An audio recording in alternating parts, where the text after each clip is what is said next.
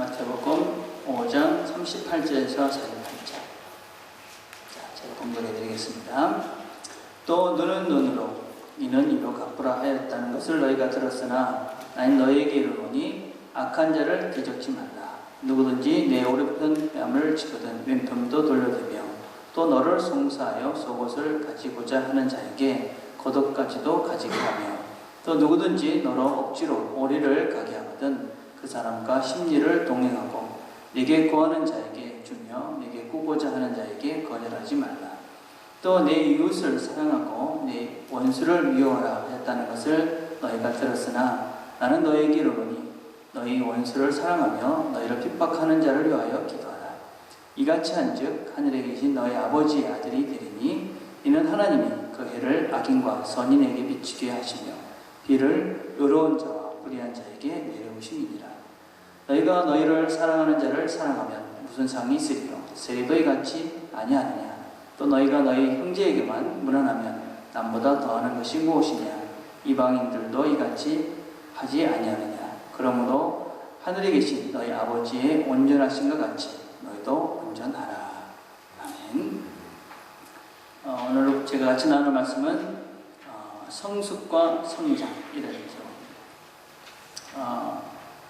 우리 이제 청년들끼리 하는 말 중에 너 많이 컸다 이러면 여러분 어떤 의미를 받아야 됩니까? 참 많이 컸다 그러면 한 세 가지 정도 뜻이 있는 것 같아요. 첫째는 이 키가 컸다, 피지컬리 뭐 컸다 이런 것도 있고, 두 번째는 좀 성숙됐다, 얘가 좀 마추어됐다 이런 뜻이 있고, 세 번째는 좀 건방져졌다 뭐 이런 뜻도 있는 것 같더라고요. 너 많이 컸다 그럼 이제 네하고 내하고 맘먹자 이거지 뭐 이런 의미도 있는 것 같더라고요. 그렇죠? 성숙, 우리는 그냥 성장했다. 그럼 이게 그래서 컸다 그러면 성장과 성숙이 이렇게 같은 의미로 쓰이는 것 같은데, 사실은 성장하는 것과 성숙되는 건 좀 다른 것 같아요. 이 키가 다 자랐다고 해서 다 성숙되지도 않고 뭐 성숙한 사람이라고 다 자라지도 않는 것 같아요. 영어로는 그로하고 마추어잖아요, 그죠? 그래서 이렇게 가만히 생각을 해보니까 이 성장이라는 것은 어떤 면에서 좀 외적인 것에 집중이 되어 있고, 이 성숙이라는 것은 내적인 것에 좀 집중이 되어 있는 것 같아요. 그래서 성장은 이렇게 보입니다. 성장했다. 그러면 큰 게 보이잖아요. 근데 성숙은 보이지가 않아요. 그렇죠? 여러분 생각에는 이 두 가지 중에 어떤 것이 더 중요하다고 생각합니다? 예, 사실은 둘 다 중요해요. 둘 다 중요하고, 그런데 저희 교회 네 번째 우리 교회의 방향은 무엇이었냐면 성장보다는 성숙으로 천천히 기다리는 교회다. 그렇게 정했습니다. 그래서 천천히 기다리고 성숙을 추구하자. 그러면 성장은 필요 없는가? 그렇지는 않아요. 성장과 성숙은 사실은 이게 뗄 수 없는 관계이기 때문에 둘 다 필요하고, 사실은 이 두 개의 균형이 참 필요하다고 생각을 해요. 그러니까 외적인 성장이 없이 그냥 성숙한다, 이게 자라지 않는 아이잖아요, 그죠? 그럴 때 참 문제가 되는 거죠, 그죠? 그다음에 성숙 없이 막 자라버려. 그것도 문제가 되는 거죠. 그래서 이 성장과 성숙이라는 이 두 개가 같이 잘 균형을 이루어야지만이 온전하게 바르게 이렇게 균형을 이루어서 아름답게 아름다운 모습들을 보인다 할 수가 있어요. 자, 그러면 성경이 말하고 있는 성장, 이게 도대체 뭔가? 그리고 교회가 성장한다 이랬을 때 이건 또 뭔가 하는 걸 먼저 생각을 해보려고 해요. 사도행전을 이렇게 살펴보면 교회의 성도들이 이렇게 늘어난 것들을 계속 강조를 하고 있어요. 그래서 사도행전 2장 41절에 보면 3,000명이 죽게 돌아왔다 이렇게 기록하고 있고, 또 4장 4절에 보면 5,000명이 죽게 돌아왔다 이렇게 이야기하고 있고, 9장 31절, 9장 42절, 11장 21절 이런 말씀들을 쭉 보면 수많은 사람들이 죽게로 돌아왔다. 그래서 많은 사람들이 하나님께로 돌아온 것에 대해서 계속적으로 언급을 하고 수적인 성장이 의미가 있다 하는 것을 은연중에 강조를 하고 있어요. 그래서 초대교회는 수적으로 대단히 큰 교회였어요. 그러니까 몇천 명 이러니까 사실 큰 교회잖아요, 그죠? 근데 한번 생각을 해볼 것은 과연 그 초대교회의 큰 교회가 지금처럼 큰 교회일까 하는 거예요. 똑같은 큰 교회면 다 똑같은 교회지 큰 교회인데 다 뭐가 다를까? 초대교회, 특별히 성경에서 말하고 있는 그 첫 번째 교회들은 큰 교회였지만 지금처럼 큰 교회는 아니었을 거예요. 그게 무슨 얘기냐면 많은 사람들이 있었지만 많은 사람들이 모이는 교회는 아니었다는 거예요. 교회 건물이, 이런 건물들이 역사적으로 처음 등장한 것은 323년경이라고 해요. 그러니까 예수님이 돌아가시고 그러고 난 다음에 한 300년 정도 가까이는 교회 건물 자체가 없었어요. 그리고 모일 공간도 없었어요. 그래서 생각을 해보세요, 여러분. 그 많은 사람들이 노예고 막 그랬는데 이런 사람들이 뭐 일하다가 이렇게 모여야 되는데 무슨 이런 교회당 지어놓고 뭐 했겠어요. 또 많은 박해가 있었는데 무슨 이런 예배당 지어놓고 뭐 우리 잡아가라 이렇게 할 수도 없을 거 아니에요.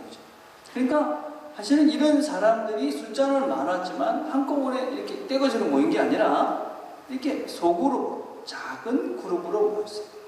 그렇지만 수적으로는 아주 성장을 했어요. 이런 모습을 그래서 데이브 브라우닝이라는 목사님은 이렇게 표현을 하고 있어요. 성장을 했다 그랬을 때 지금 많은 교회들은 하나가 되는 거예요. 저런 식의 성장이죠. 하나가 작은 것이 저렇게 커진 거예요. 근데 초대교회는 어떤 모습이었느냐? 다른 거예요. 초대교회는 저런 모습. 하나가 그냥 하나가 된 게 아니라 하나가 똑같은 하나가 여러 개가 생긴 거예요. 그래서 소그룹으로 여러 사람들이 모인 이런 하나의 공동체가 되어진 것이지 지금처럼 그냥 무더기로 하나가 된 것이 아니라는 거예요. 우리는 이런 교회를 추구하려고 해요. 소그룹, 작은 교회를 추구하려고 해요. 왜 이런 교회를 추구해야 되느냐면 교회는 공동체라고 이야기해요. 공동체라는 것은 몸이라는 의미고 몸. 그러면 우리는 몸이 있기 때문에 서로가 다 알아야 돼요. 여러분 머리 끝부터 발끝까지 여러분 다 몸이니까 다 연결이 되어 있잖아요. 그래서 손가락 끝에서부터 발끝까지 우리는 다 연결이 되어 있어요. 여기서 어떤 신호를 보내면 발끝도 다 알고 다 알아요. 이게 몸이에요. 근데 만약에 이쪽 끝하고 이쪽 끝하고 뭐 이쪽에서 여기는 뭐 이렇게 칼로 비었는데도 여기 손가락이 잘라지는데도 이쪽에는 아무렇지도 않아. 그럼 이건 큰 병이 걸린 거잖아요. 그죠? 만약에 성도가 성도들을 서로 모른다. 뭐 목사가 성도들을 전혀 모른다. 성도들 간에, 교회 멤버들 간에 서로 모르는 사람들이 더 많다. 이건 이미 공동체가 아닌 거예요. 이거는 군중이라고 해요. 무리라고 해요. 무리. 이건 몸이 아닌 거예요. 그래서 한국교회 많은 교회들이 많은 공동체라고 이야기를 하지만 이미 그런 공동체, 한 몸이라는 의미의 진정한 교회의 의미를 상실했다고 할 수 있어요. 그래서 뭐 옛날에 그 유명한 큰 교회 목사님이 택시를 탔는데 택시 타 한참 가는데 보니까 찬양을 틀어놓고 있어서 그 어느 교회 다니세요? 그러니까 목사님 교회 다니는데요. 그랬대잖아요. 그건 참 슬픈 얘기예요. 목사님이 자기 교회 택시를 타고 가는데도 이 사람이 우리 교회인지도 모르는 거예요. 그런 일들이 아주 허다한 것이죠. 이건 이미 몸이라고 할 수가 없는 것이죠. 리고네 목사님이 이런 얘기했어요. 교회는 사람들이 가는 장소가 아니라 자신들이 속해져 있는 사람들이다. 그러니까 어떤 이 공간이 아니고 이 사람들인 거죠. 내가 속해져 있는 이 사람들이 교회인 것인데 이 사람들이 서로 몰라. 그건 이건 속해져 있는 것이 아니잖아요. 그리고 서로 모르게 예배만 드리고 그냥 가는 사람들이 많아요. 그렇지만 군중인 공동체는 존재할 수가 없어요. 무리인 공동체는 진정한 공동체라고 할 수 있고 이건 진정한 교회라고 할 수가 없는 것이죠. 이건 세상적인 원리도 똑같아요. 군대에는 분대가 있고 소대가 있고 중대가 있고 대대 있고 연대가 있어요. 근데 작전을 하기 가장 이펙티브한 그런 그 규모가 어디냐면 중대예요. 중대별 뭐든지 대회를 그래서 중대별 대회를 많이 해요. 근데 중대 숫자가 몇 명이냐면 150명. 150명에서 맥시멈 200명. 이건 세상적으로도 판명이 된 거예요. 그래서 성경에는 100부장은 나오잖아요. 100부장. 1000부장은 안 나와요. 왜냐하면 모든 초창기부터 군대들이 가장 효과적으로 전략을 할 수 있는 숫자가 100명에서 150명 사이. 이것도 이제 그 군대 이제 전략적으로 그렇게 판명이 돼서 군대들이 운영을 하고 있어요. 왜냐하면 그 정도 숫자가 돼야 서로가 잘할 수 있고 그래서 서로 단결력도 되고 그래서 하나가 될 수 있다. 뭐 이런 결론이 나옵니다. 저는 교회가 목사님들끼리도 그런 얘기를 해요. 제일 적정한 숫자가 뭐냐? 그럼 150명에서 200명 그런 얘기를 해요. 그 넘어가면 그 다음부터 목사님들도 서로가 모르는 거예요. 그건 공동체가 아니에요. 우리 교회는 이런 교회를 하려고 해요. 제 꿈은 우리가 한 150명에서 200명 되면 이제 나누는 거예요. 두 개를 나누고 그 다음에 또 나누면 또 나누고 그래서 그 정도 숫자를 지켜가면서 공동체가 되는 거죠. 지금 뭐 30명도 안 명인데 무슨 뭐 150명, 200명 뭐 꿈도 크시네요. 근데 교회라는 것은요, 우리가 하는 게 아니에요.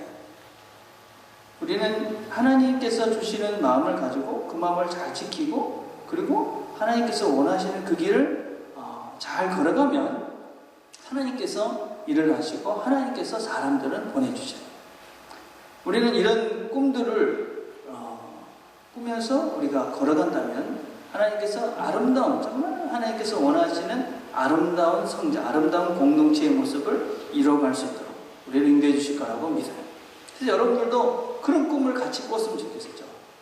그래서 우리가 한 150명에서 200명 되면 그 다음에 또 다른 공동체를 만들고 그리고 또 그런 사람들이 또 그 정도 되면 또 다른 공동체를 만들고 그래서 정말 이렇게 공동체를 키워가는 공동체 그런 꿈을 가지고 우리가 교회를 이뤄갔으면 좋겠어요.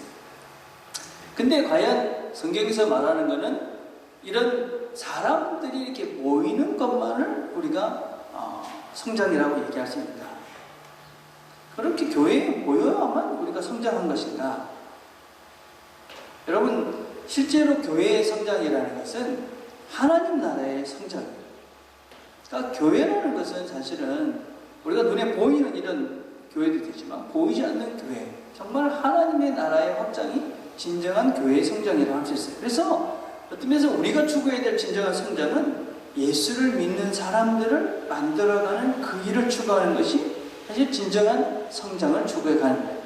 그래서 마태복음 4장 20절에 보면 예수님께서 사람들을 불러 모아가지고 무슨 뭐 교회를 했다 이런 것이 아니라 뭐라고 하냐면 하나님 나라의 복음을 선포하셨다 이렇게 말씀하세요. 9장도 마찬가지고 11장도 마찬가지예요. 사람들을 복음을 선포해가지고 막 모아가지고 교회를 졌다 이렇게 말씀하시지 않고 복음을 선포하셨다. 성경에 계속 보면 그렇게 계속 말씀하세요. 디모데후서 4장 2절에 보면 그대는 말씀을 선포하십시오.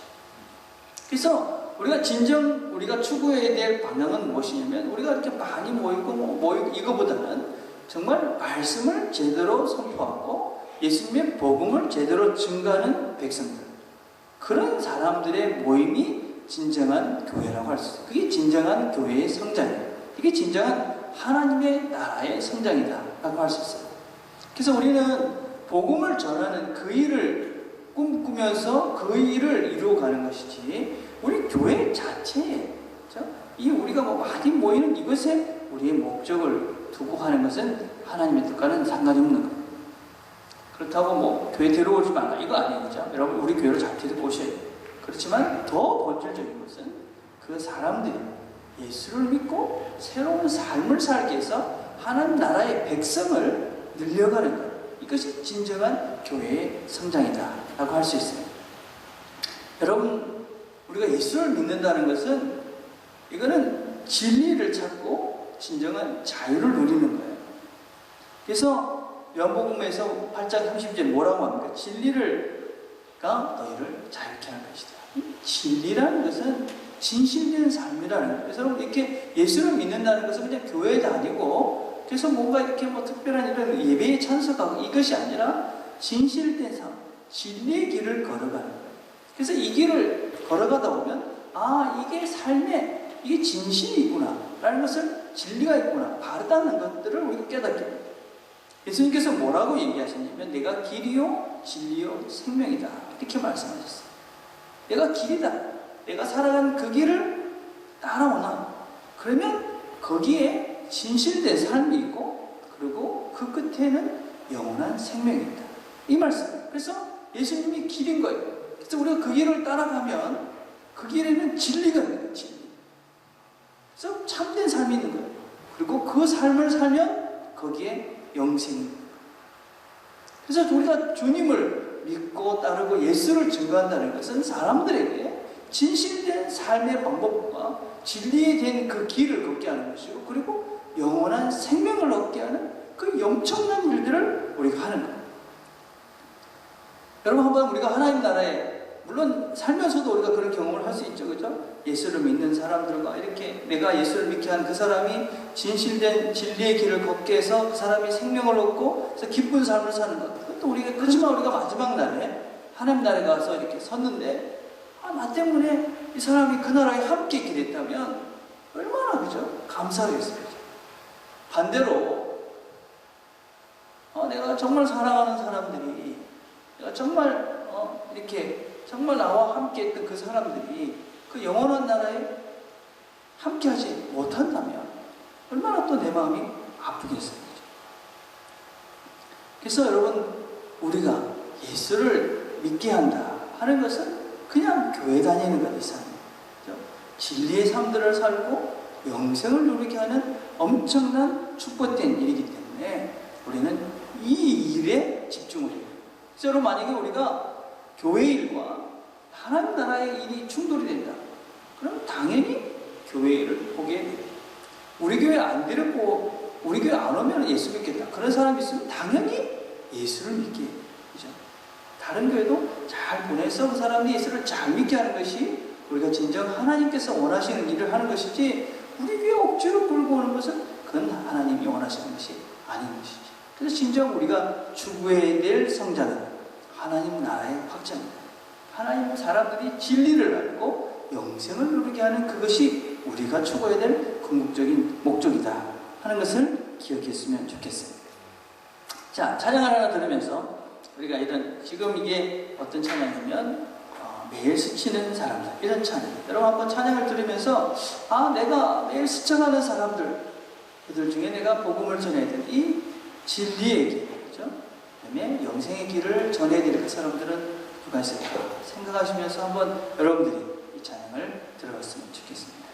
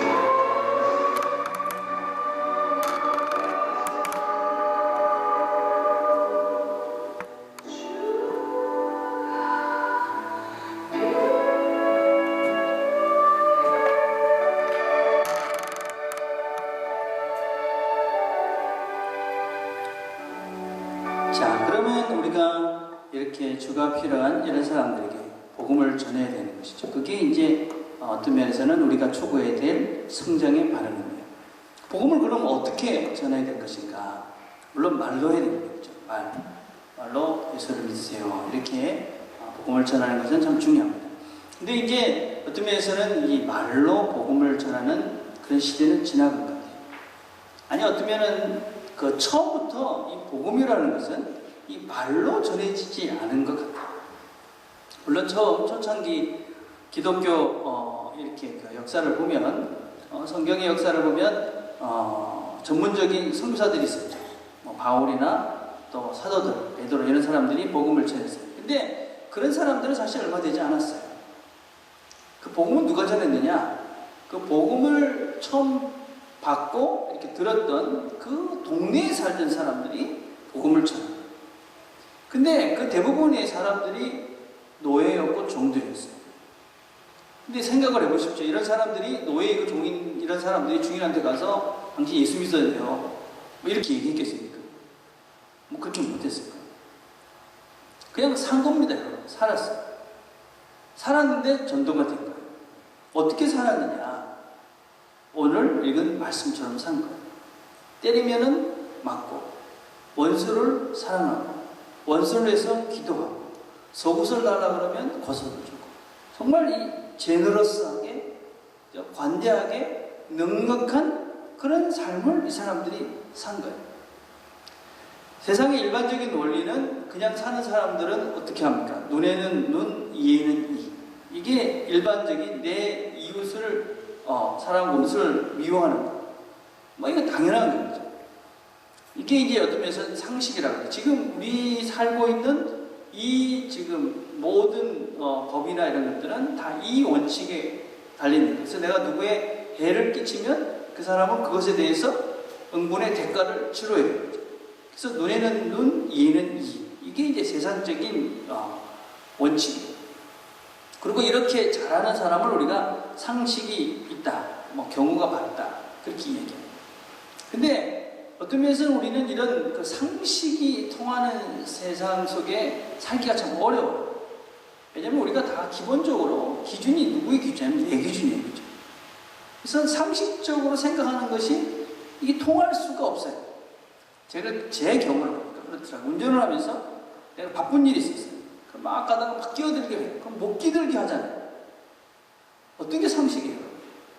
바쁜 사람이 있으면 끼어들게 해주는 게 상식이잖아요. 내가 근데 운전을 하고 가고 있는데 나도 바쁜데 누가 또 확 끼어들려고 그래요. 어떤 게 상식이에요? 안 끼어드는 게 상식이에요. 내가 볼게요. 무슨 말인지 아시겠죠?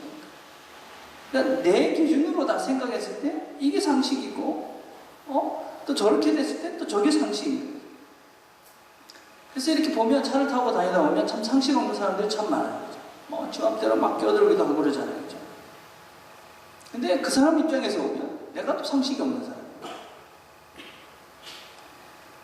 그 고도원의 아침 편지에 이번 주에 이런 게 떴더라고요. 마르쿠스 아우델리우스라는 사람이 이런 얘기를 했어요. 너를 모욕하는 사람의 기분에 휩쓸리지 말아라.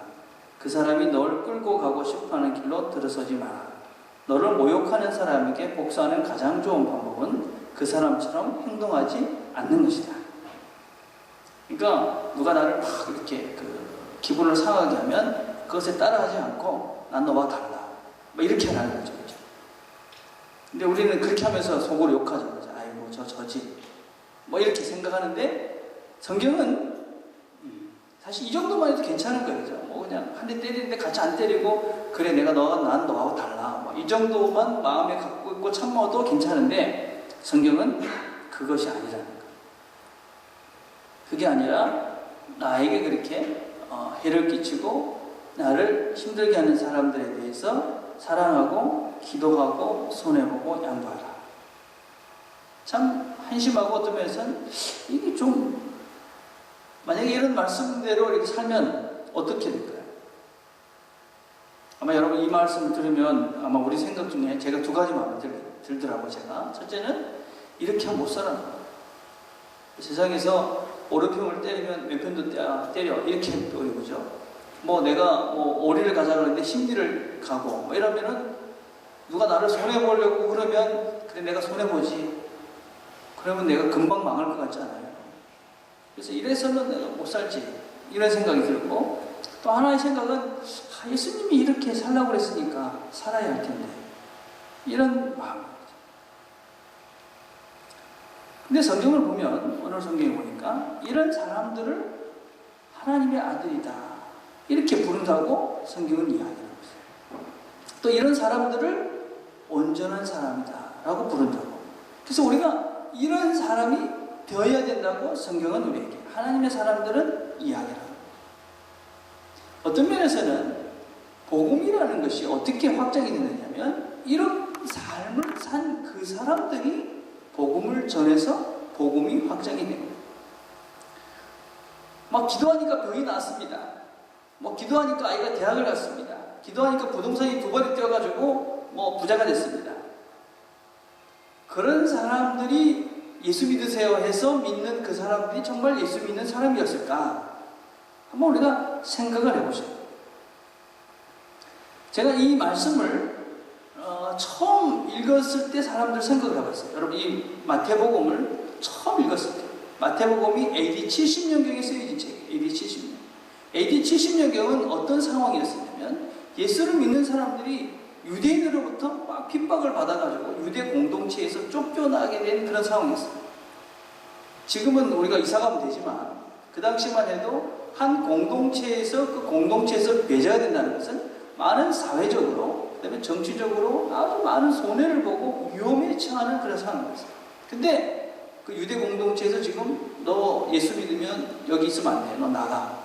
뭐 이런 지금 여러분 이슬람 같은 그런 상황이 있으라고 생각하면 될까요? 그렇죠? 이슬람 이 나라에서 내가 다른 종교를 믿으면 어떻게 됩니까? 쫓겨나잖아. 그러면 죽음을 당할 수도 있어요. 아주 위험한 그런 상황. 그것뿐만 아니라 로마인들이 박해를 막 시작했어요. 여러분 잘 아는 그 네로가 AD 65년부터 아주 심각하게 기독교인들을 박해했어요. 그래서 정말 박해가 많았던 시기였어요.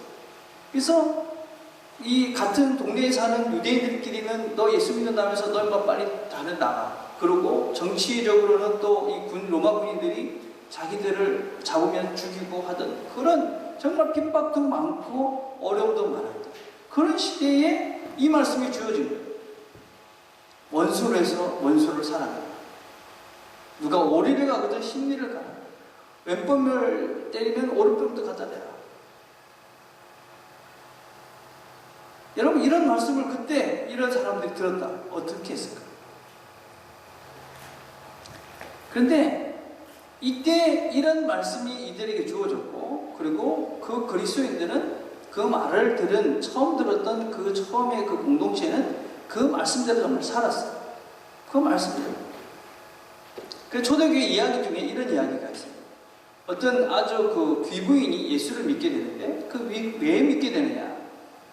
어느 날 이렇게 밤에 우연히 나와서 길을 걷는데 보니까 자기 이 집에서 노예들이 모이는데 뽕숭 소리가 나는 거예요. 뭐 하나 이렇게 가보니까 이 사람들이 기도를 하는데 가만히 듣고 보니까 주인들을 위해서 기도하는 거예요. 하나님 우리 주인을 축복해 주시고 하나님 우리 주인이 잘 되게 해주시고 우리 아들이 잘 먹고 주인 아들이 잘 되게 막 그런 기도를 하는 거예요. 그 주인이 놀래가지고 아니 이 인간들 뭐 맨날 내가 자기들 괴롭히고 때리고 뭐 그러는데 이 사람들이 나를 위해서 기도하고 나를 사랑하게 해달라고 기도하고 내가 잘 되게 해달라고 기도하고 놀란 거예요. 그래가지고 들어가서 야 너는 뭐해? 그걸 기도한다. 그 너는 뭘 위해 기도해? 아 그러니까 뭐 당신을 위해서 기도한다. 도대체 너희들 그 누가 그렇게 하라고 그랬어? 우리 주님이 그렇게 하는 거야.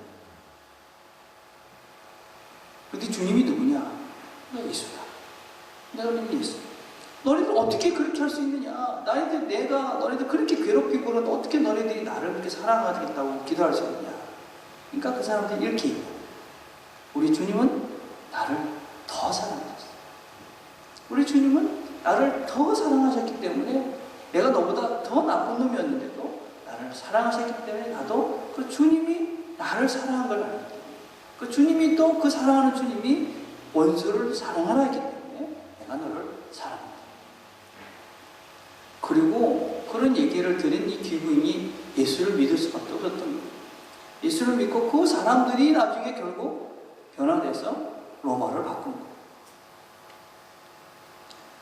여러분 참 우리는 지금 어떤 면에서는 참 뭐 저도 그렇죠. 조금 손해를 안 보려고 뭐 눈을 부릅뜨고 살아야죠.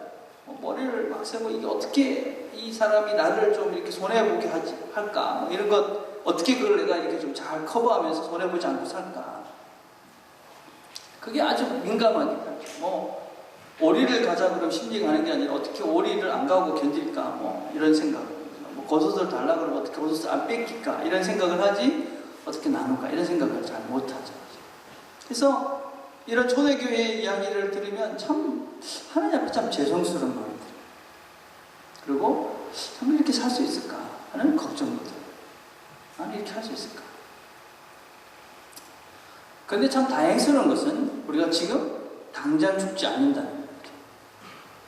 아직까지 우리가 그런 존재가 못 되지만 아직 시간이 있다는 거예요. 그래서 우리가 이 성숙한 삶을 살고 이 진짜 하나님의 사람으로 자라가기 위해서는 반드시 두 가지가 필요한데, 첫째는 시간이에요. 시간이 얼마나 중요한지 몰라요. 시간. 지금 우리가 지금 이 라이프롱 익스펜시가 좀 길어졌잖아요. 우리가 평균 나이가 살아가는 날이 길어졌잖아요. 왜 하나님께서 우리를 점점 더 오래 살게 하셨을까? 생각을 해보세요. 영적으로. 이게 완전히 방금 내 생각이지만 왜 그랬는가 생각해보니까 이 살아가면서 우리 이 세상이 지금 살면 살수록 이 성숙해지기가 어려워진 거예요. 이 워낙 유혹도 많고 또 우리가 이 잘못된 것들이 많으니까 그렇게 오래 살아야지 겨우 조금 하나님 예수님 닮아갈 수 있을 것 같아서 빨리 안 불러가시는 것 같아요.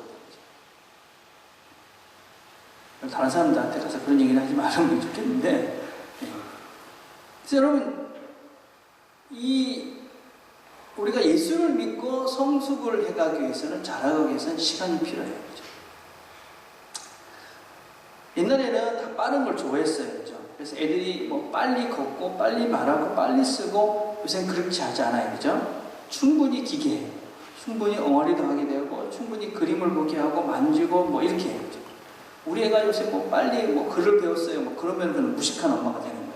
그래서 애들한테 절대로 뭐 빨리빨리 해라 그러지 않아요. 요새. 그죠? 애가 오랫동안 기도록 만들고 또 애가 뭐 냄새도 뭐 그런 것도 하고 뭐 이렇게 글을 일찍 가르치지 않아요. 그냥 느끼고 자기가 그런 것들을 먼저 하라. 그죠? 다 충분히 그렇게 하고 난 그 경험이 중요하기 때문에. 여러분 그리스도인으로 성장하는데도 시간이 많이 걸려요. 시간이 많이. 그러면 아브라함이라는 사람도 가만히 찾아보면 아브라함이 하나님이 부르셨을 때 거기서 그냥 나왔어요. 어디 갈지도 모르는데 나왔는데도 안 성숙했어요. 그래서 자기 아내를 누이라고 2번씩이나 똑같은 거짓말을 하는 사람이 아브라함. 그래서 아브라함이 나중에 보면 이삭을 바쳐요. 그러니까 자기 아들 독생자 이삭을 바치는데 그때까지 얼마나 문제를 많이 기르는 거예요. 그래서 하나님이 분명히 너희가 아들을 주겠다 그랬는데 못 믿고 뭐 첩을 둬가지고 뭐 첩을 통해서 아이를 낳고 막 그런 짓들을 해요. 그죠?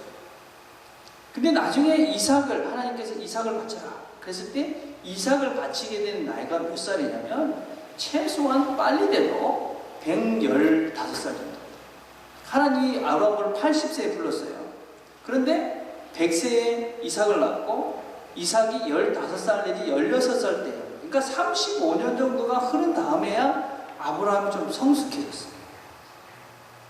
그러니까 최소한 35은 넘어야지 우리가 조금 성숙해질 수 있어요. 여러분 아직까지 35 대부분 안 됐으니까 아직까지는 좀 미숙해서 괜찮아요.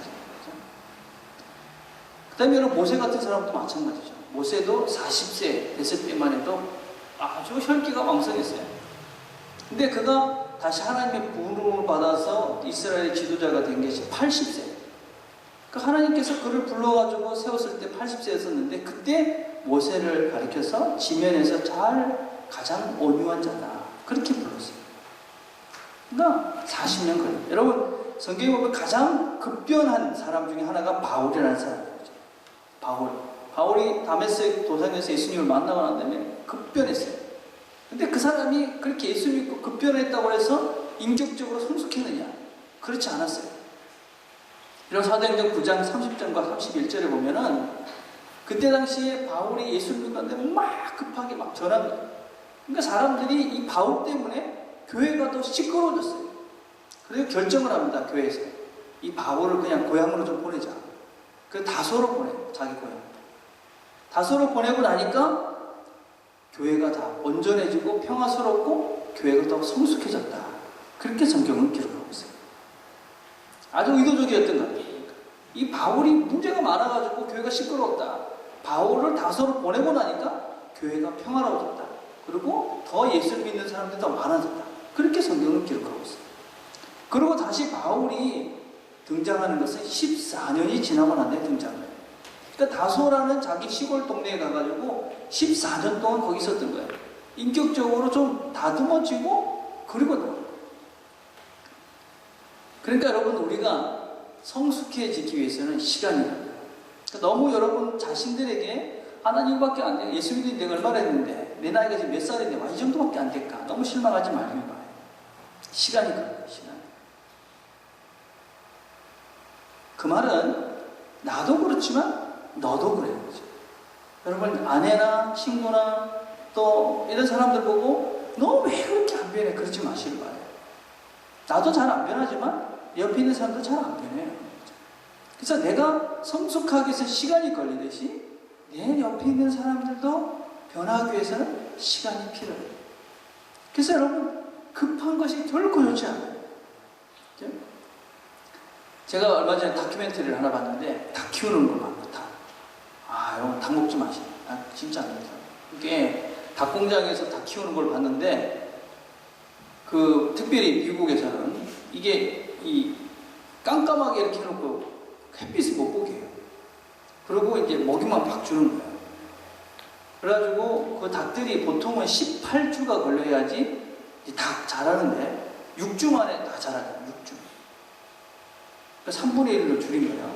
그 성장 호르몬을 먹고 그래가지고 닭들이 보니까 이 가슴살 비싸잖아요. 가슴만 이렇게 크게 이렇게 변형을 시켰어요. 그래가지고 이 닭들이 그러니까 빨리 자라니까 균형을 못 잡아요. 서 있지를 못해요. 그 조사에 의하면 90% 정도가 이 시장에 나오는 닭들 90%가 그렇게 공장에서 닭 공장에서 키우는 거는 90% 정도가 서 있지를 못하는 닭들. 그러니까 성장 호르몬 먹고 그냥 막 큰 닭들이에요. 그러니까 여러분 그거 자꾸 먹으면 여러분들도 어떻게 키 클지는 모르겠어요. 근데 문제는 생기는 거예요. 그러니까 닭 많이 먹는 사람 삼킬 가능성이 참 많아요. 다 안 좋은 것 같아요. 급하면 반드시 문제가 있어요. 네. 그래서 여러분 시간이 걸립니다.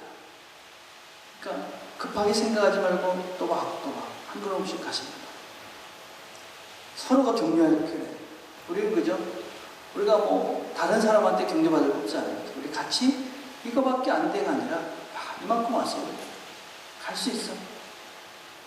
자, 이렇게 시간이 걸리다 보니까 또 무엇이 필요하냐면 인내가 필요해요. 인내. 그죠? 인내. 누가복음 8장 15절에 보니까 좋은 땅에 있다는 것은 착하고 좋은 마음으로 말씀을 듣고 지키어 인내로 결실하는 자다. 인내로. 가만히 있는다고 해서 그냥 시간만 보내면 되는 게 아니라 뭐 참고 견디는 것들이 있어야 되죠. 누가복음 21장 19절에는 너희 인내로 너희 영혼을 얻으리라. 이 시대가 우리가 이 참고 기다리는 훈련이 참 안 돼 있어요. 그죠? 옛날에는 계절이 있었어요. 그래서 만약에 뭐 딸기를 먹고 싶다. 겨울에. 그러면 봄이 돼야 되겠구나. 또 봄까지 기다렸어요. 수박을 먹고 싶다. 그러면 여름이 돼야 되겠구나. 이게 그냥 내추럴하게 우리 몸이 기다려야 되는구나 하는 거를 배우면서 살았어요. 근데 지금은 그런 게 없잖아요. 지금은 뭐 딸기 먹고 싶어. 그럼 슈퍼 가가지고 바로 사오면 돼요. 수박 먹고 싶어. 수박. 이러니까 이게 뭔가 기다릴 필요가 없는 거예요. 그죠? 뭐든지 그냥 필요하면 그냥 뚝뚝뚝 되니까 이게 뭔가 그죠? 뭐 기다리고 그런 것들이 없게 돼요. 그냥 뭐 생각하면 그냥 필요하면 된다. 그런데 이게 우리로 하여금 그래서 조급하게. 얼마 전에 그 신문에서 이렇게 유머 보니까 그런 게 있더라고요. 조급한 사람들 특징 몇 가지 얘기하는데 전화 통화 중인데도 계속 전화하는 사람. 거기 불에 올려놓고 계속 뒤집는 사람. 뭐 인터넷 뜨자마자 잘 안 뜨면 바로 리프레시 하는 사람. 뭐 신호 바뀌기 전에 부릉부릉하고 빡 바뀌면 가는 사람. 뭐 이런 거. 우리들 모습이죠. 여러분 안 그러세요? 여러분 어떠세요? 제가 보니까 내가 그렇더라고요. 그래서 전화해야 되는데 통화 중이면 좀 기다려야 되는데 바로 또 하고 또 안 되면 임마 왜 이렇게 전화 오래 해? 이러고 또 하고 이렇게 되더라고요. 고기 먹을 때도 그렇죠. 배고프면 이거 빨리 안 익었나? 어디 찍고 막 이렇게 되잖아요. 이게 조급해졌어요. 조급해졌어요. 빨리 뭔가 결과를 보이지 않으면 우리가 실망하고 낙심하고 그리고 그냥 포기해버려요. 그래서 조금 어렵고 힘들면 아유 못하겠다. 그리고 그냥 알아버립니다. 그래 여러분 그렇게 해서는 아름다운 결실, 우리가 마취된 성숙한 존재로 또 성숙한 삶을 살아낼 수가 없어요. 그래서 저는 우리 교회에는 저는 그런 생각을 했어요. 제가 교회를 생각하면서 우리 교회는 좀 급하지 않은 교회를 하자. 그래서 교회 안에서는 좀 뛰다니지 말고 큰 소리 내지 말고 뭐 좀 늦게 오는 사람도 태박하지 말고 잘 될는지 모르겠는데 그래서 늦게 와도 좀 그래 늦게 왔구나. 그래 좀 여유롭고 좀 기다리고 참고 이런 거를 좀 이렇게 자연스럽게 해서 그래도 교회에 오면 좀 조급해지지 않는 막 그런 교회를 했으면 좋겠다. 그런 생각을 했는데 막상 교회를 하니 그것이 안 되더라고요. 장소 안 된다고 막 전화하고 아저씨한테 사인보드도 만드는데 월요일날 전화해가지고 토요일까지 되죠? 그래가지고 막 재촉해가지고 결국은 토요일날까지 만들고 막 이게 뭐냐? 가만 생각을 해보니까 조급해 있는 거죠. 기다릴 줄. 사실 근데 그렇게 하면 이익되는 게 별로 없어요. 여러분 시간을 두고 인내하고 세월을 가야지 우리가 성숙되어질 수가 있어요. 성숙. 그것이 없이 그냥 가만히 있는데 우리가 성숙해지지는 않습니다. 그럼 어떻게 하면 성숙해질 수 있는가? 어떻게 하면 우리가 좀 마초된 사람이 될 수 있을까? 우리 이제 조별 모임 때 주제. 어떻게 하면 우리가 아주 성숙한 삶을 살 수 있을까? 어떻게 하면 인내하는 삶을 살 수 있을까? 이게 우리 오늘 여러분 조별 모임 할 때 한번 같이 나눠볼 이야기. 한번 여러분 한번 고민을 해보세요. 어떻게 하면 우리가 좀 더 기다리며 인내하면서 성숙한 삶을 살 수 있을까? 자, 그런데 하나님은 왜 우리에게 이렇게 온전해져라, 성숙해지라고 얘기를 할까? 왜 그러셨을까? 그런 생각을 해봤어요. 왜 하나님은 온전해지라 하는가? 제가 지난주부터 이 차인편 씨한테 내가 요새 좀 많이 필이 꽂혀가지고 내가 참 연구를 참 많이 했어요. 차인편 씨. 그 힐링 캠프 보고 난 다음에 참 도전이 많이 됐어요. 참 감사했어요. 옛날에 여러분 그 김혜자 씨가 꽃으로도 때리지 말라라는 책을 썼어요. 여러분 보신 분 김혜자 씨 아시죠? 탤런트? 그 사람이 월드비전에서 가는 그 아프리카 수단에 가가지고 그 가난한 아이들을 보고 이 사람이 인생이 바뀌었어요. 그리고 매년 지금도 그 가셔서 그 가난한 사람 애들을 돕는 그런 일들을 해요. 그때 참 꽃으로 때리지 말라는 책 보고 참 많이 도전이 됐고 참 감사했어요. 예수 믿는 사람들이 이런 아름다운 일을 한다. 지금 요번에 이 차인표 씨 이야기를 보면서도 참 감사했어요. 아, 참 좋은 그리스도인이구나. 그래서 이런 분들이 이야기가 이렇게 참 전파를 타고 맨날 뭐 교회 욕만 하는데 이런 분들이 이렇게 자연스럽게 이런 이야기들을 할 수 있어서 참 감사했어요. 근데 이 차인표 씨 이야기를 쭉 제가 리서치를 해보니까 이 사람이 좀 처음부터 뭐 이렇게 기부하고 막 그랬던 사람이 아니더라고요. 이 사람이 인도에 가게 되잖아요. 왜 가게 되냐면 와이프가 이름이 뭐지? 하여튼 뭐 있잖아요, 그죠?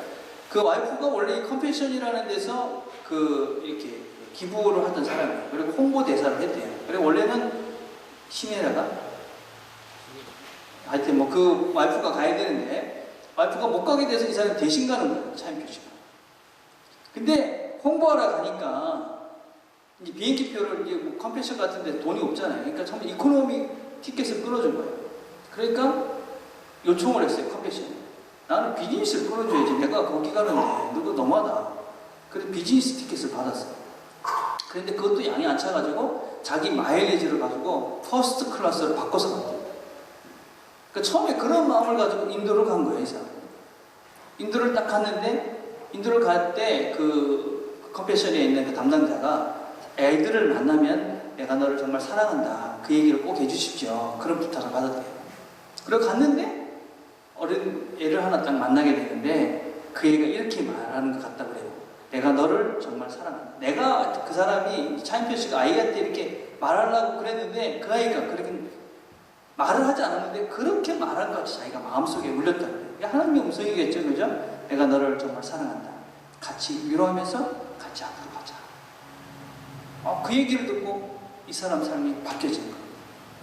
그리고 나누면 행복해진다. 그러면서 이제 이 사람 삶이 이제 바뀌어서 그 힐링 캠프를 보면서도 참 진짜 이렇게 이렇게 참 많이 망가지더라고요, 사람이. 근데 그 망가지면서도 어쩌든지 자기 이 컴패션이 많이 나눕시다. 이거를 홍보하기 위해서 정말 최선을 다하고 있구나, 이 사람이. 그 망가지는 게 목적이 아니라, 자기 인기가 아니라, 어쩌든지 여러분들도 이 일에 동참하십시오. 이런 마음을 막 담아서 하는 것들이 막 보이더라고요. 차인표 씨의 기사 중에 이런 말을 하는 걸 봤어요. 그간 셀 수 없이 많은 사람들을 스쳐보냈다. 한 번만 더 돌아보았으면, 한 발짝만 더 다가갔으면, 한마디라도 위로를 했으면 덜 아파했을 그들에게 미안한 마음을 담아 글을 쓰기로 했다. 한 발자국 다가가 건네는 그 말 한마디가 먼 훗날 어떤 미래가 되어 우리를 기다릴지 지금은 알 수가 없다. 지금 우리가 할 수 있는 일은 위로가 필요한 사람들을 안아주는 일뿐이다. 사실 우리가 가야 될 그 길은 예수님을 닮고 예수님처럼 그렇게 성숙한 사람으로 살아가는 길들은 참 멀어 보입니다. 그리고 갈 수 있을까?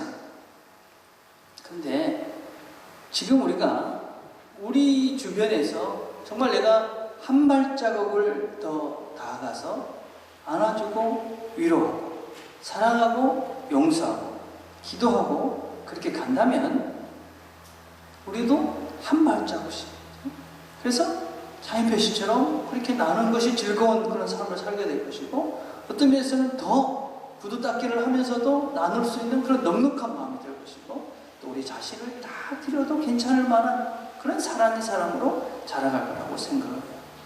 여러분, 우리 진율이 이렇게 보이잖아요, 그죠? 우리 마스코트잖아요, 그죠? 저 이렇게 날마다 자라가요. 여러분 자라는 거 본 적 있어요? 엄마 아빠가 맨날 붙어있지만 진율이 자라는 거 못 봐요. 근데 분명히 잘하고 있어요. 그냥 건강하게 잘 먹고 잘 자고 막 이러면 잘하게 돼 있어요. 사랑을 받고 우리도 똑같아요. 우리가 서로 사랑하고 서로 위로하고 용서하고 기도하고, 그래서 우리의 사랑이 필요한 사람에게 한 발짝, 그리고 우리의 마음이 필요한 사람에게 한 번에 안아주고, 그런 것들을 통해서 우리가 조금씩 정말 보이지 않지만 자라게 될 것이고, 어느 순간 우리 모두가 정말 참 귀하게 생각하는, 정말 아름다운 하나님의 모습을, 예수 그리스도의 모습을 우리 속에서 서로 발견할 수 있는 존재들로 자라가게 될 것입니다. 이런 공동체, 우리 공동체, 성장하고 성숙하는 공동체가 되기를 바라겠습니다. 기도하겠습니다.